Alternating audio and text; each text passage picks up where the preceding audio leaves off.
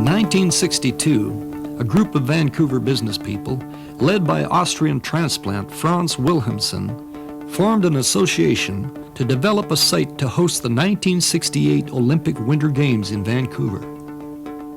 They needed a mountain, and Wilhelmsen knew they needed a mountain big enough for a World Cup downhill racecourse.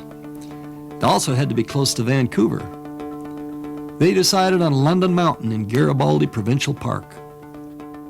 The first thing they had to do was build a 4-person gondola and a chairlift that would get skiers above the tree line. It was a big job, considering they were in the middle of nowhere. In August of 1965, the name London Mountain was officially changed to Whistler. The name Whistler was a nickname the early settlers used because of the whistling sounds of the marmots in the alpine meadows. Also that year, the government put through a paved road to the valley. In the early 60s, before the road, Alta Lake was pretty much deserted. Summer tourism had dropped off and the sawmills had closed. The road would change everything. It became much cheaper to transport material and people to the area, and the task of promoting development could begin. They had to convince people to buy property in the valley. This was a pretty bold statement considering that there was no hydro, no sewer or water systems, and the new road from Brackendale was 40 kilometers of narrow, twisting, winding highway, dominated by logging trucks that gave no quarter. But skiers are a stubborn breed, and the developers knew that once people discovered Whistler, they would come. Whistler Mountain opened to the public in February 1966.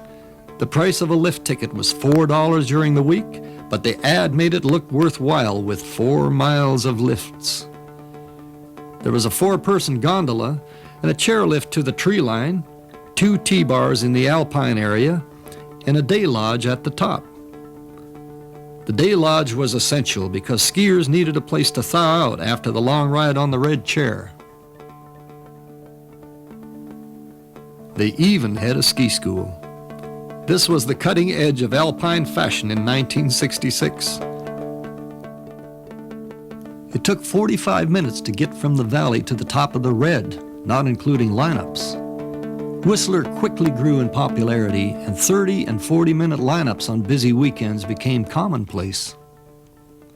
The ride from mid-station to just above the tree line on a cold, windy morning tested the determination of even the most die-hard of skiers. But it was worth it. Ski terrain like nothing else in southwestern British Columbia. With 1,300 feet of vertical, Francis Run from the top of the T-bar to the valley was high-speed cruising at its best. Vancouver's North Shore mountains of Grouse and Seymour paled in comparison. The mountain was definitely world-class, but the Vancouver Whistler bid for the '68 Olympics failed. For years, the only mention of the Olympics was a ski run down the north side of the mountain to the garbage dump. In the late 60s, skiing was booming and Vancouverites flocked to Whistler. Word spread, and the faithful were coming from all over. Prime Minister Trudeau and his wife Margaret were visiting Whistler annually and put the mountain in the national media spotlight.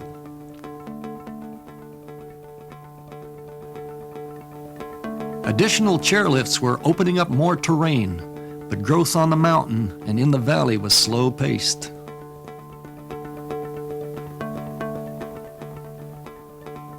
Development on the mountain may have been progressing slowly, but the sport of skiing was going through a revolution. For years, ski equipment hadn't changed much. Lace-up boots that didn't provide much support. Cable bindings referred to affectionately as bear traps. And long skis combined to make it a difficult sport to learn. Few people tried it, and fewer still got very good at it. By the late 60s, this was all changing. The equipment was getting better, and so were skiers. Skiing powder became easier, and powder hounds went in search of the fluffy stuff whenever the opportunity presented itself. Whistler has terrain that is a powder skier's delight.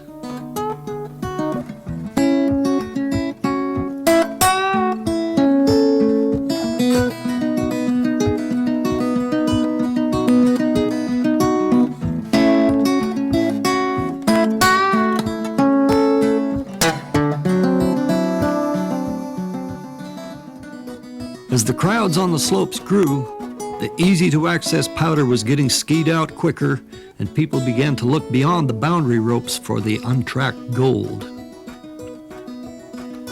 From the top of the T-bars, vast expanses of perfect powder terrain could be seen just beyond the boundary ropes. In the late 60s, 4 skiers were killed in an avalanche just outside the Whistler area. The incident made national news. At the time, skiers killed in avalanches in North America was unheard of. It was a wake-up call for the mountain operators who realized that they needed an avalanche control plan for the mountain. The Whistler Mountain Pro Ski Patrol took up the challenge, and avalanche control became part of their job profile.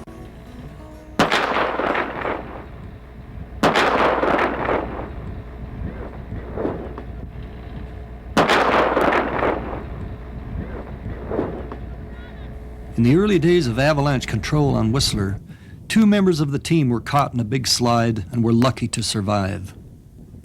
Bruce Watt was one of the patrollers buried in the avalanche on that morning. After experiencing firsthand how difficult searching avalanche rubble is, even with avalanche beacons, he became the first civilian to train an avalanche rescue dog in North America.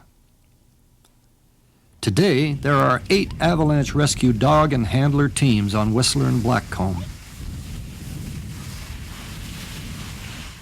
No one has ever been victimized by an avalanche within the area boundary at Whistler. Avalanche control on the mountain is a big job. On a morning when they do full control, they test the stability of 200 avalanche zones. They work with high-speed explosives, and most of the work is done by hand.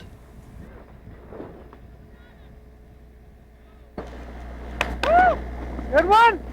Yeah, look good!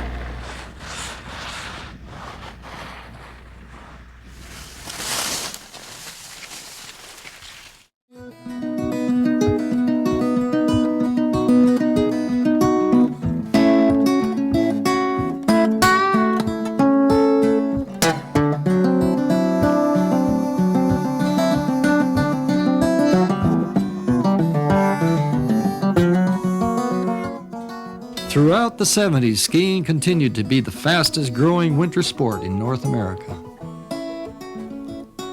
To satisfy the appetite of the skiing public, ski hills expanded.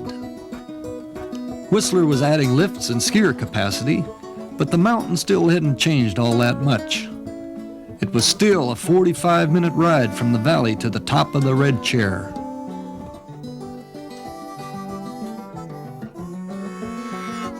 In the late 70s, local politicians and business people began to realize that they had a tiger by the tail. They came up with a plan that would transform the still rather sleepy valley into the home of the largest ski resort facility in North America. The plan called for the development of Blackcomb Mountain adjacent to Whistler and building a village at the base of the 2 mountains where the garbage dump and squatter shacks were located. An ambitious plan, but the visionaries knew they had something skiers and thrill seekers wanted.